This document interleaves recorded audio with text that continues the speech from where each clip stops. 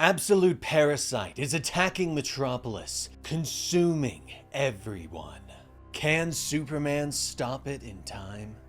People run through the streets screaming as the strange purple parasite continues to feed and grow larger, its tendrils snaking out, fanged mouths biting on each person they catch. Lois rounds a corner and reaches for her cell phone. "Jimmy! Where are you? We have to get out of the city, right now!" she shouts as she draws her pistol. But she rounds another corner to find a fleshy ball of Parasite's victims. Lois's eyes widen in horror as she sees the strange purple goo slithering into Jimmy's mouth, nose, eyes, and ears. "Lois, kill me!" he gasps. Lois raises her pistol. It shakes in her hand as she takes aim. "Jimmy," she whispers as her finger tightens on the trigger.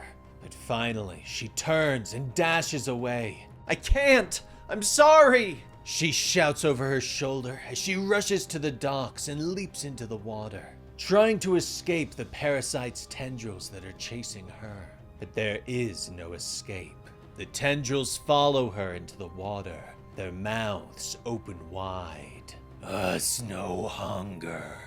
Us no need. Us no more alone. Us all together now," the parasite hisses. Above, Kal-El closes his eyes to the sounds below. "So many screams! Can't focus!" he gasps. Hawkman shakes his head and motions to the giant monster. "It ain't rocket science, kid. Focus on the giant monster," he notes. He flies down into the city, with Superman quickly following, purple tendrils slithering behind them, chasing the two heroes through the sky. The infection spreading in every direction at once. Looks to be growing roughly 4 square miles a minute. In less than an hour, every living thing in Metropolis will have been absorbed, Kal notes. "In less than an hour, we'll be drinking beers over this thing's big ugly corpse. Follow my lead," Hawkman snaps before speeding up and rocketing into the main body of Parasite. Blood splashes through the air as Parasite lets out a monstrous roar, its tendrils flailing in pain. Kal looks closer, his eyes widening as he sees everyone the Parasite has absorbed flailing and screaming in pain along with the main body. Hawkman swoops around for another attack, but Kal flies into his way, putting up his hands to stop him. "Stop! Those people aren't dead!" Kal shouts to him. Hawkman grips his mace tighter. "They damn sure will be if we don't kill that thing! Get out of my way, boy!" Hawkman snaps. The parasite groups its tendrils together and lashes out, slamming against both heroes and knocking them into a nearby building. Inside, shattered glass tumbles to the ground as Hawkman struggles to his feet. "Open your eyes, kid! This parasite gets its hooks into people. It don't let go. We gotta kill it while we can," he growls. Kal stares at him for a moment. "You know what this creature is, don't you? You know where it came from," he says in surprise. Hawkman doesn't look at him before leaping out into the night air.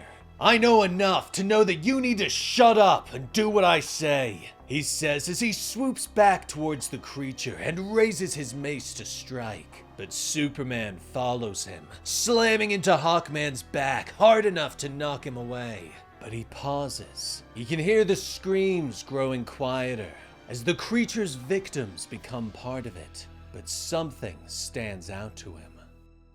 Meanwhile, in his jail cell in Orangi-Town, Pakistan, Ra's al Ghul sits on his bench and reads letters from the children of the city. Suddenly, the wall explodes inward. Ra's barely looks up as his daughter stalks into the cell. "Ra's al Ghul, time to rise from the dead," she orders. "You shouldn't have come here, Talia," he says softly. She stares at him for a moment. "Don't worry, Father. Your spirit can be revitalized, just like your flesh. The Lazarus pit awaits," she says. Raz closes his eyes. "Please, no." Just leave me here to die.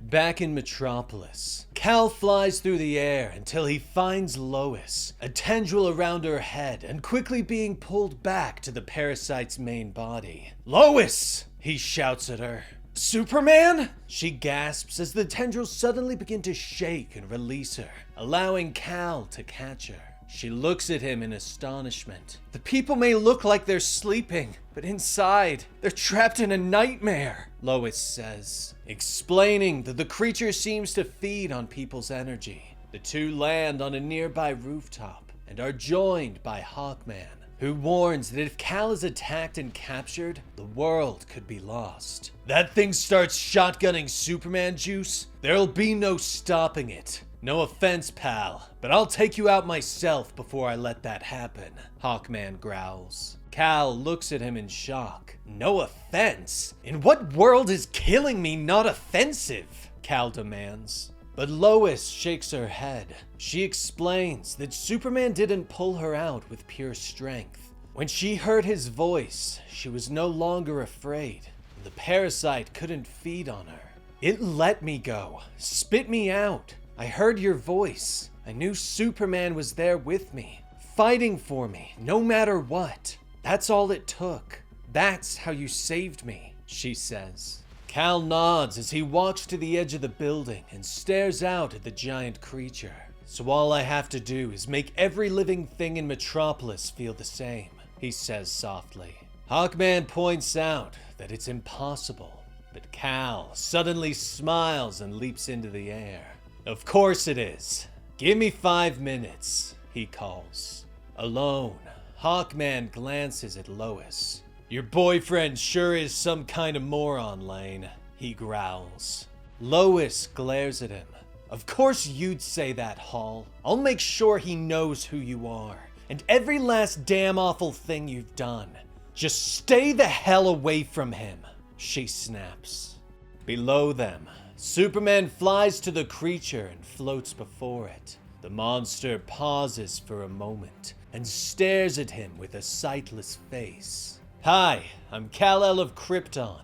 I don't know if you're hurting these people on purpose, or if you're just hungry, but it has to," Cal starts to say.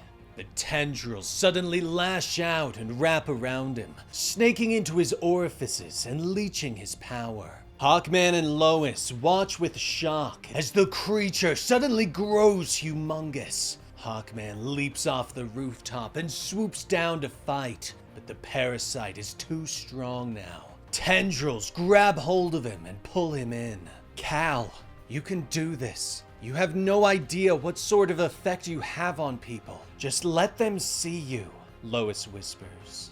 And Cal doesn't struggle. He allows the tendrils to snake in, and suddenly, he is there with everyone. But Hall continues to struggle. He finds himself back in that tomb where he took his friend's life. But there are other bodies reaching for him, blaming him. But suddenly, there is a boy there with him. A young boy with an S symbol on his chest. "It's all right, Hawkman. Try to relax. Whatever you're seeing isn't real. You've nothing to fear," Cal tells him. "Superman?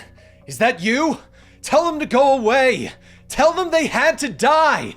I did it for the greater good," Hall shouts. Cal shakes his head. "I don't know what you're seeing. I can't see inside your mind," Cal explains as he pulls the tendrils from Hall's body. "Our minds are linked by the parasite's nervous system. I'm here to let you know that you're not alone. I'm doing the same for all 2,779,388 people in Metropolis," Cal explains. Freed, Hall stares at him in surprise. "Look at you.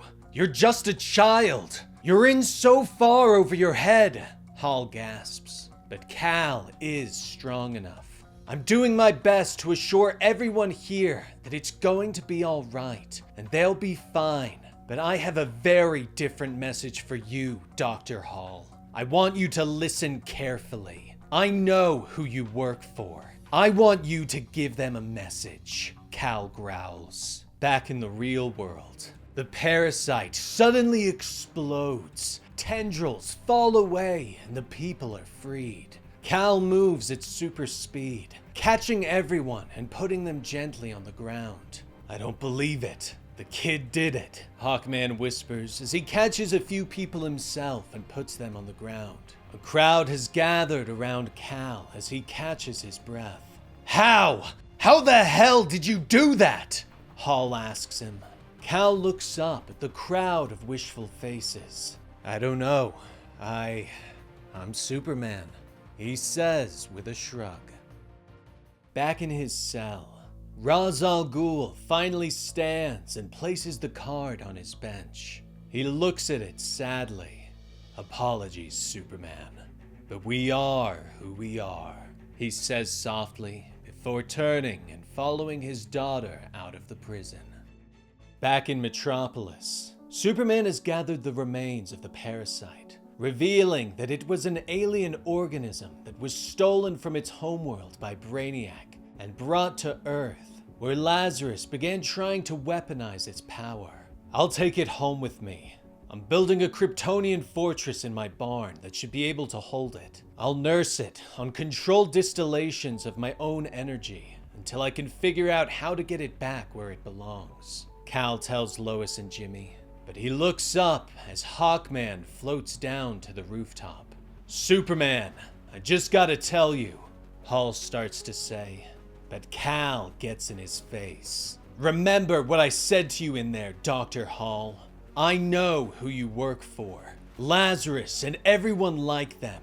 You tell them, I don't sleep, and nothing they have can hurt me. Tell them my senses stretch for miles, and I'm as strong as the sun. And you tell them, I'm coming. Cal growls. Hall pauses for a moment before finally nodding.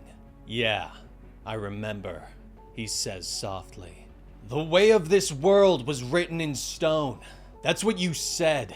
Afraid of a bit of stone, when all this time you could move mountains. Tell the people you work for that I'm not you, Hall. Tell them Superman's not for sale, Cal says as he suddenly leaps up into the air, and Hawkman watches him fly away.